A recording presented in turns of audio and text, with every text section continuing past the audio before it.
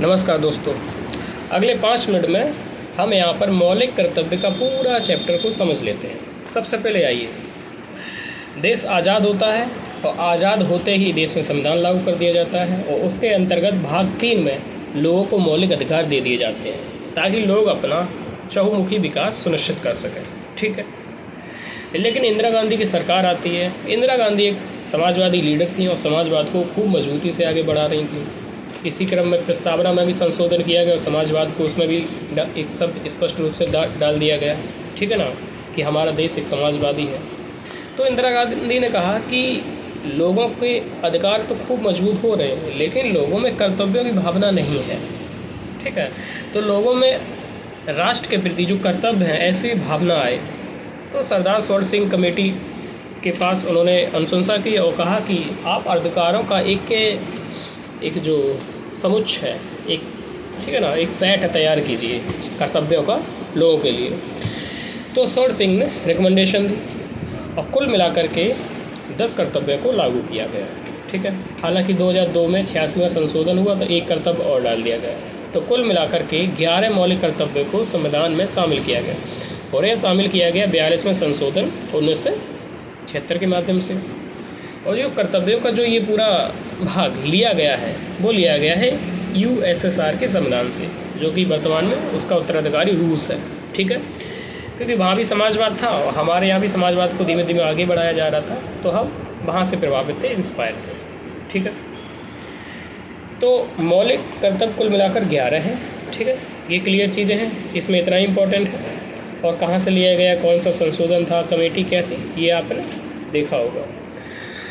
जैसे कि मौलिक कर्तव्यों की राष्ट्र की सुरक्षा करें, ठीक है ना, सार्वजनिक संपत्ति की सुरक्षा करें, हिंसा से दूर रहें, ठीक है, महिलाओं ऐसी प्रथाओं का त्याग करें जो महिलाओं के सम्मान के विरुद्ध हैं, पर्यावरण की सुरक्षा करने की बात की गई है, माता पिता अपने बच्चों को निःशुल्क और अनिवार्य शिक्षा प्रदान करवाएं। ठीक है ना, ये भी बात की गई है। मतलब निःशुल्क तो राज करेगा, लेकिन अनिवार्य रूप से शिक्षा प्रदान करवाएं, ये अभिभावकों की जिम्मेदारी है। ठीक है, इसके अलावा संविधान के प्रति सम्मान रखें। ठीक है, और राष्ट्रीय जो मतलब कि हमारी सार्वजनिक संपत्ति है उसकी भी सुरक्षा करें, हिंसा से दूर रहें। तो इस प्रकार से मौलिक कर्तव्यों की बात की गई है। ठीक है, अब आपसे ये प्रश्न रहेगा कि और ऐसे कौन कौन से मौलिक कर्तव्य हो सकते हैं जो संविधान में शामिल किए जाने चाहिए। आपको क्या लगता है, वीडियो के कमेंट में ज़रूर बताएं कि कौन कौन से मौलिक कर्तव्य और हो सकते हैं जो मौलिक कर्तव्य के भाग में शामिल किया जाना चाहिए। ठीक है, आर्टिकल 51A में इसको शामिल किया गया है और भाग 4 का या फिर 4A उसके अंतर्गत मौलिक कर्तव्य को शामिल किया गया। ठीक है ना, और इनकी जो प्रकृति एक गैर बाध्यकारी है, गैर न्यायोचित है। इसका मतलब ये है कि सुप्रीम कोर्ट में आप नहीं जा सकते हो या सुप्रीम कोर्ट बाध्यकारी रूप से लागू नहीं कर देगा। हाँ, सरकार के पास ये अधिकार है कि किसी भी मौलिक कर्तव्य को लागू करने के लिए कोई कानून बना सकती है और उनको लागू करा सकती है। ठीक है, जैसे कि राष्ट्रीय झंडा, हमारा जो झंडा होता है, सम्मान है, इसका अपमान कर रहे हैं आप, तो आपके पास आपको ऊपर कार्रवाई कर दी जाएगी। ठीक है ना, तो इसके लिए झंडा अधिनियम बनाया गया है। ठीक है, अब महिलाओं के विरुद्ध कोई काम कर रहे हैं, ठीक है ना, तो आप पब्लिक प्रॉपर्टी है उसको डैमेज कर रहे हैं, तो कई सारे एक्ट हैं। ठीक है, उसके माध्यम से आप पे कार्रवाई होगी।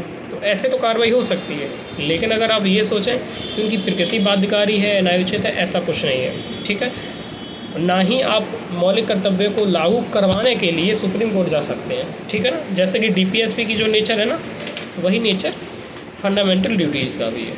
ठीक है, अब आप ये बताइए, जो मैंने आपसे पहले भी प्रश्न पूछा था, कि कौन कौन से मौलिक कर्तव्य आपकी नज़रों में होने चाहिए जो अनिवार्य कर देने चाहिए या फिर संविधान में शामिल कर देना चाहिए। ठीक है, बताइए।